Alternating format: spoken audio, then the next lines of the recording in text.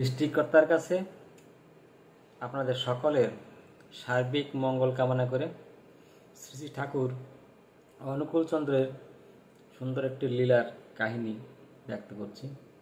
আশা করি সকলে ভালো আছেন, কুশলে আছেন।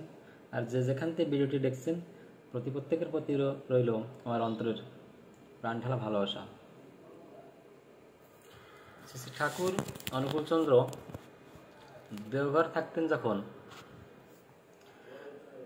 তখন অনেক লোকের আনাগোনা হতো, লোকের সবসময় বসতো ওখানে। অনেক হাজার হাজার ভক্তবৃন্দ তাদের সমস্যা সমাধানের জন্য, আধ্যাত্মিক কথা শোনার জন্য, বিভিন্ন সমাধানের জন্য সবসময় পরিপূর্ণ থাকতেন ভক্তদের। তো একদিন শ্রী শ্রী ঠাকুর অনুকূলচন্দ্র ভক্ত সমীপে বসে আছেন, বিভিন্ন কথা আলাপ আলোচনা হচ্ছে। আর ওদিকে একটি গ্রামের, দেওঘর ডিস্ট্রিক্টের একটা গ্রামের একজন ব্যক্তি, খুব গরিব, খুব নিঃস্ব, বুড়ো বাবা মা আছে এবং তার স্ত্রী আর তার একটা বাচ্চা আছে। সকালে যদি কিছু খায়, দুপুরে খাবার জন্য তার কিছু নাই, একদম পুরো নিঃস্ব। একবেলা খেলে আর একবেলার খাওয়া থাকে না। বাবা মায়ের স্ত্রীর কাপড় চোপড় কিনে দেওয়ার ক্ষমতা নেই, এতটাই গরিব। তো তিনি মনে মনে ভাবলেন, অনুকূল ঠাকুর এসছে, ওখানে অনেক লোকের আনাগোনা হয়, সবাই ওখানে তার কাছে চাইলে অনেক কিছু পায়, তো আমি গিয়ে আমি কিছু ঠাকুরের কাছে চাইব কিছু। এই কথা ভাবায় বেরিয়ে পড়লেন তিনি। বেরিয়ে যখন উনি ওখানে গেলেন, ময়লা কাপড় পরে গিয়ে দেখে সবাই পরিপাটি পোশাক পরে বসে আছে। আর উনি এই যে ময়লা যে কাপড় পরে আছে, ময়লা কাপড় পরে যেতে নিজেকে খারাপ লাগছে, নিজের কষ্ট লাগছে যে আমি কিভাবে ওখানে যাব, ওখানে গিয়ে আমি কিভাবে কথা বলবো। উনি দূরে একটা গাছের ধারে দাঁড়িয়ে আছেন, যেতে সাহস হচ্ছে না। তো ঠাকুর এক ভক্তকে ডেকে বললেন, দেখেন তো ওই যে দূরে দাঁড়িয়ে আছে গাছের ধারে, ওর ডান পা ওখানে আছে কিনা। তো তিনি ভালো করে দেখে বললেন, হ্যাঁ ঠাকুর, ডান পাওটা আছে। তখন ঠাকুর বললেন, ওকে ডেকে নিয়ে এসো। তারপর তাকে ডাকা হলো, ঠাকুর তোমাকে ডাকছে। ঠাকুর ডাকার কথা শুনে ভীষণ ভয় পেয়ে গেলেন সে ব্যক্তিটি। তারপরে ঠাকুর ডেকেছে যেন আসলেন, তার কাছে তো কিছুই নেই। এসে একটু দূর থেকে একটা প্রণাম করলেন। প্রণাম করার সাথে সাথে ঠাকুর বললেন, মণি, আমাকে এক বাটি দই খাওয়াতে পারো?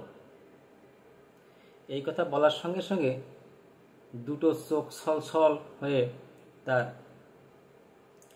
দুঃখ এতটা বেড়ে গেছে যে আমার কাছে একটি পয়সাও নাই, আমি কোথা থেকে দই কিনে দেবো? কেমন কথা, আমি কিছু চাইতে আসলাম, আমার কাছে দই চাচ্ছে, এক বাটি দই কিনতে গেলে পয়সা দরকার, আমার কাছে সেটা নেই। তখন যারা বসেছিলেন তারা ইশারা করলেন, ঠাকুর যখন চাইছেন তার ভিতরে মঙ্গল নিশ্চয়ই আছে, তুমি হ্যাঁ বলো। তখন তিনি, হ্যাঁ ঠাকুর, আমি এক বাটি দই আপনাকে দেবো, এটা বললেন। বলার পরে তিনি বেরিয়ে পড়লেন। দই কিনবে কি দিয়ে, তার কাছে তো পয়সা নেই। আশ্রমে যত লোকজন ছিলেন সবার কাছ থেকে ভিক্ষা করলেন। ভিক্ষা করার পরে যা পয়সা হলো তাই দিয়ে এক বাটি দই কিনে এনে ঠাকুরকে দিলেন। ঠাকুর খুব তৃপ্তি সহকারে খেলেন সে দই, এবং খাওয়ার পরে বলল যে, মণি, খুব সুন্দর দই এনেছো, আমাকে প্রতিদিন এমন সুন্দর দই এনে আমাকে দেবে। এই কথা বলার সঙ্গে সঙ্গে কেঁদে ফেললেন লোকটি, যে আমি এসেছি কিছু চাওয়ার জন্য, কিছু নেওয়ার জন্য, ঠাকুর আমার কি অসুবিধায় ফেললেন, আমি কি করি এখন? তখন পাশের লোকরা ইশারা করলে বললেন, ঠাকুর যেটা বলছেন তার ভিতরে মঙ্গল নিহত আছে, তুমি হ্যাঁ বলো। তখন হ্যাঁ বলে বেরিয়ে আসলো। তখন কোনো পন্থা নেই। প্রতিদিন কি করে ওই ব্যক্তি ঠাকুরের কাছে কথা দিয়েছে দই কিনে দেবে, তো পয়সা থাকলে তো দেবো। প্রতিদিন ভিক্ষা করে, ভিক্ষা করার মাধ্যম দিয়ে এক বাটি করে দই কিনে ঠাকুরকে দিয়ে এসে, এটা প্রণাম করে ঠাকুরকে দই দিয়ে এসে প্রতিদিন ঠাকুর নিজে হাতে নেয় আর নিজে তৃপ্তি ভরে খায়। এইভাবে প্রতিদিন চলতে থাকলো। 1 মাস 1.5 মাস গত হওয়ার পরে দেখলেন যে ভিক্ষা করার পর যতটি টাকা হয়েছে, সেই সব টাকা তো লাগে না। প্রতিদিন ভিক্ষা করা যতটা টাকা আসে, তার থেকে অল্প কিছু টাকা দর্জন যায়, আর বাকি পয়সা তার থেকে যায়। এই বাকি পয়সা দেখে অনেকটা বাড়তি পয়সা হয়ে গেছে, অনেকটা বাড়তি পয়সা হলো।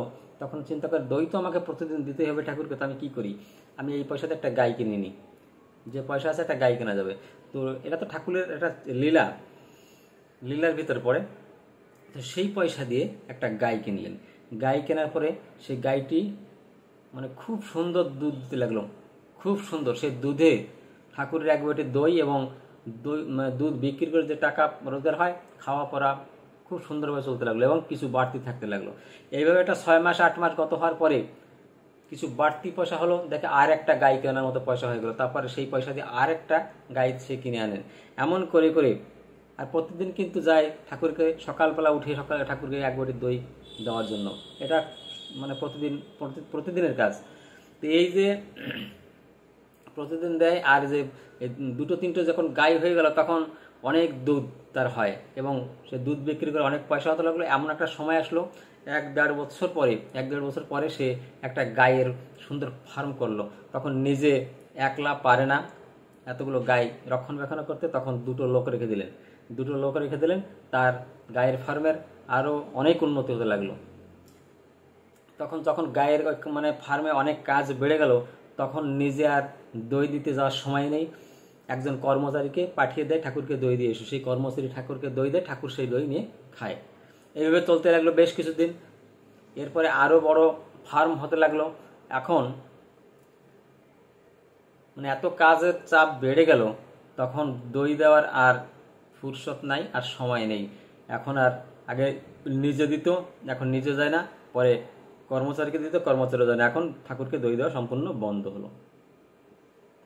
এখন অনেক টাকা ওর কাছে আছে। এখন বর্তমান দুধ মানে রাঁচি শহর, পাটনা, বিভিন্ন জায়গায় ট্রেনের মাধ্যমে দুধ যায়, দই যায়, পনির যায়, ছানা বিভিন্ন জায়গা যায়, অনেক পয়সার মালিক হয়ে গেলেন। কিন্তু ঠাকুরের সাথে কিন্তু সেই সম্পর্কটা নেই। একদিন কি হলো, পাটনায় যাচ্ছিল, যশোর স্টেশন থেকে পাটনায় যাচ্ছিল দুধের ব্যারেলগুলো ভর্তি ছিল।